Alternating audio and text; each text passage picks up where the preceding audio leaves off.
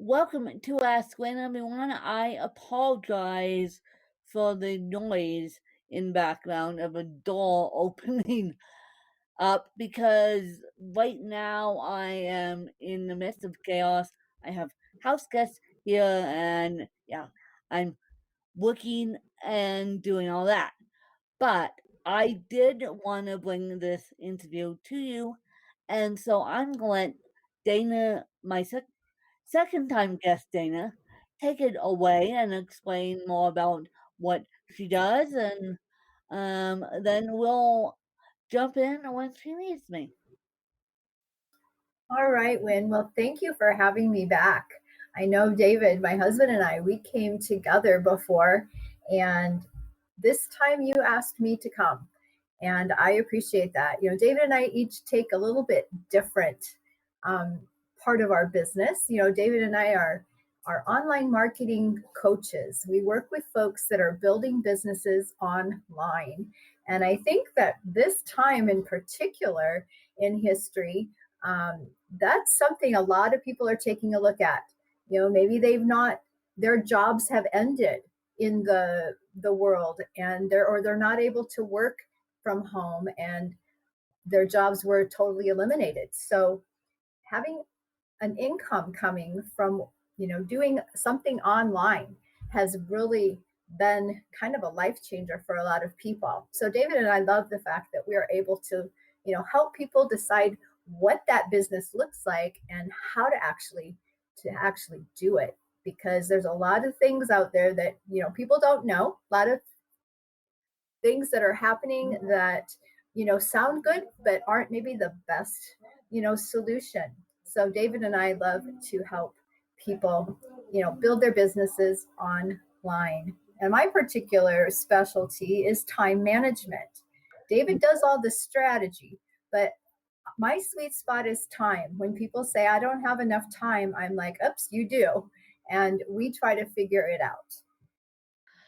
So, okay, now I'm going to face the elephant in the room. Time management when it comes to moving to the East Coast, aka me and me moving. How are we going to work that one? Because, yeah, that one is going to be a little bit of an interesting challenge. But how are we going to do it so I don't stress myself out? Well, I could pull on some of my own experiences from when David and I moved abroad. When we got this crazy idea we were going to retire and be our own bosses, we left the state of Iowa and moved to Mexico.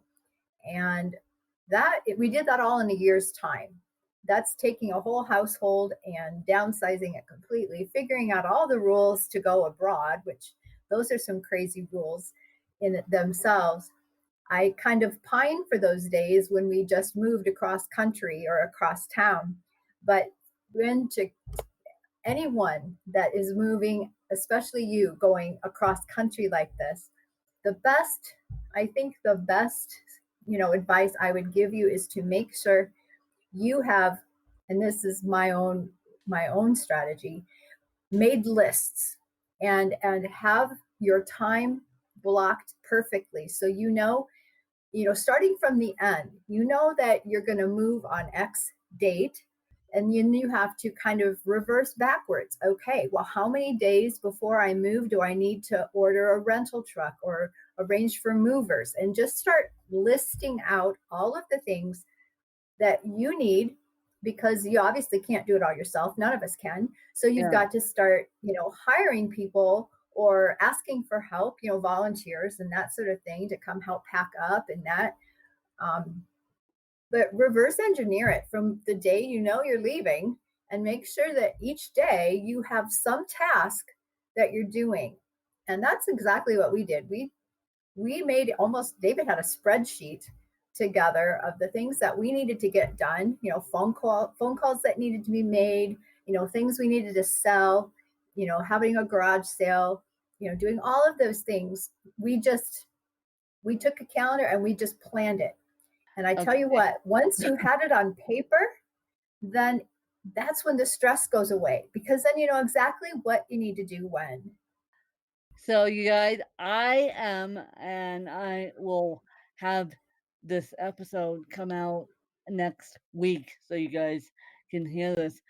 I am going to take Diane's advice and do that exact thing. I'm going to Google blank calendar of 2021, and which is rapidly approaching now, and then I'm going to backtrack it as to what I need to do before I depart out of this driveway, because I have a plan in my head, but now that plan is getting a little bit scrambled, and if I don't get it back on track, it's just me doing it, and no, even though I have support up here, my support isn't coming to the East Coast.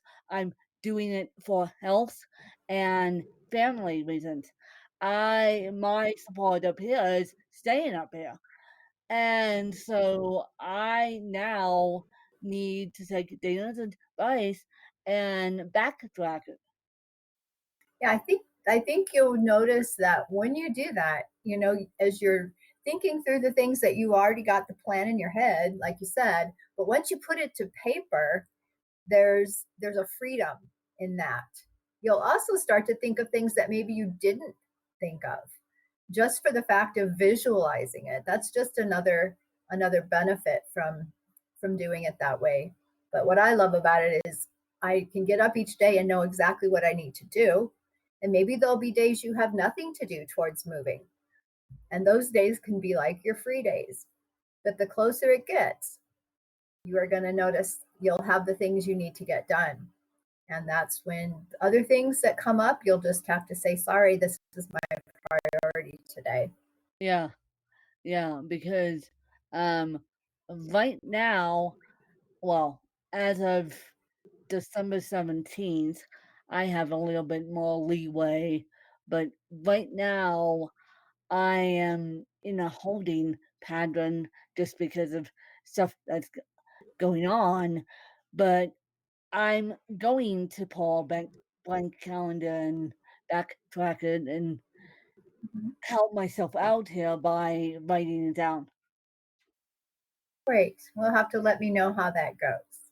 Yeah, and you guys can Google blank calendars, 2021 calendars now, because that's a great idea, and that's a wonderful idea. And so, what is where is the easiest where is the easiest spot to start of time management? Well, that varies from person to person. We all have our issues, but we all also have the same 24 hours every day. So when I work with people, I always, we always start by looking at what a typical day looks like. And then we look at what a ideal day looks like. And we figure out what the difference might be and what they're missing out on. So then we try to, figure out strategies to incorporate more of those dream day activities into their regular day. And sometimes that's not even possible because people have packed their days so full with work and, play and all the things they need to do. But it's a strategy. It's thinking through what's important and figuring out ways you can shave time that we're distracted, time that we're wasting. It's amazing how much time we all waste every day. And sometimes just working with someone to kind of take a look at what you're doing is the best way. Having that accountability partner to help you think through, well, you could do this a little bit more efficiently if you did it this way, right? I never tell anybody what to do, but I make suggestions or get them to look at things a little bit differently. Well, one of the things I'm doing while I can have the peace and quiet and not in the midst of a move, is batch recording because as of December 17th, I need to focus on move. So I have got it lined up. So my podcast comes out Mondays, Tuesdays, and Thursdays right now. And I've got batch recordings all the way up until June of 2021. So I don't need to worry about that. I just dive bomb into journalism. So for those of you that are sitting here listening to this and do a podcast, batch recording, it's a good idea. Yes, yes. That is, it's amazing when you can do a bunch of stuff all at once. That is very time efficient because you're in that mode and you're focused. You're not having other things to distract you. It's amazing when you do a little bit here and a little bit there, you get way less done than if you were to do the same time all at once. So great, great, great strategy there, Lynn. Well, and how do you feel about the Pomodoro method? I know I asked you this the last time too. How do you feel about the Pomodoro method? The what method? I'm sorry. The Pomodoro method, 20 minutes on, 20 minutes off.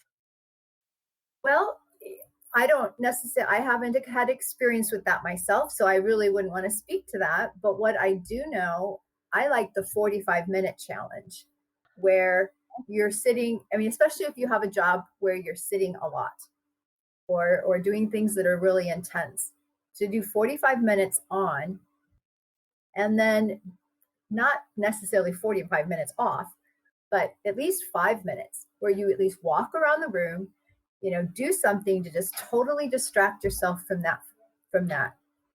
But I don't know if I could 20 minutes. I think at least for my own work style, I need a little bit bigger chunk of time. And 45 minutes seems to be a good time for me. And Diane, what is your favorite book?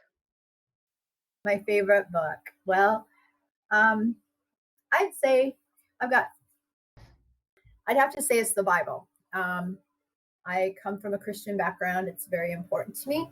And because of that, I have now started a book series of my own, and it is on the books of the Bible. So I have 3 published to this date. I've got Psalms, Proverbs, and the Gospel of Mark. And hopefully by the end of the year, I will also have the book of Matthew. How cool is that?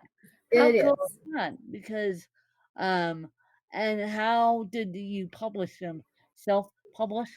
We did self-publish. We're going through Amazon, and I've had a couple other author friends of mine give me some tips of other places that I could self-publish. I just have not done that as of yet. How cool is that? So, Yeah. um, you are a published author slash a time management coach, and where can people find you if they choose to do so? Okay. Well, my husband and I, our website is David, the letter N, Dana.com. So that's David N Dana.com. And on there's, we have a work with us page. We have all sorts of articles. That's all for helping folks with, building a business online, a profitable business, I should say. Clarify that. A lot of people are building businesses out there. Not all of them are profitable. And I would say if they would like to um, get access to one of my favorite tools that I've created for time management, you just take that website, davidanddana.com, and then /time. And that will get them access to my time management tool so they can start to take charge of their own time. And do you have any questions for me as we wrap this interview up? Well, what is your favorite book, Win? Oh, my favorite book is Becoming. My favorite book is Becoming by Michelle Obama, and I now have to reread that book because I read it twice, and I was such in a haste when I read it the first time that it didn't sink in, and then finished when I finished it the first time, it didn't sink in. Now that I am in a better headspace and less of a haze, I can read my favorite book again. And one of the things is I'm going to, for self care slash time management reasons, I'm actually going to take the whole month of May off, you guys, because number one, I'll be settling down in my new surroundings, and number two, I need rest. I need to take time for me. So books are gonna be my best friend all Yes. month of May, and time management to get myself organized. In even though I grew up on the East Coast, to get myself organized on the East Coast, and to get myself organized on the time in, and to get myself acclimated to sea level, which will be easy. I'm going to take the whole month of May off, so you guys won't be hearing from me. You guys will be. I will check in on the occasion, but the whole month of May, I will be doing a limited amount of work because I need to get myself organized again, and so I would like the like your book recommendations because I need company. Not to say that I need company. I will sit down and read books, and it will not be textbooks per se that I will read, but books. So I need your book recommendations.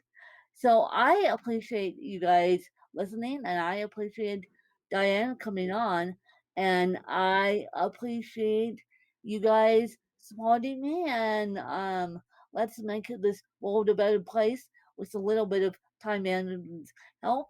As Dana said, you guys can find her at David and Diane Dana, Dana Dana.com. com, and yeah, you guys can find them, and we'll have all that information in the show notes, and then we'll see you guys later. Bye, you guys. Thanks, you guys. Bye bye.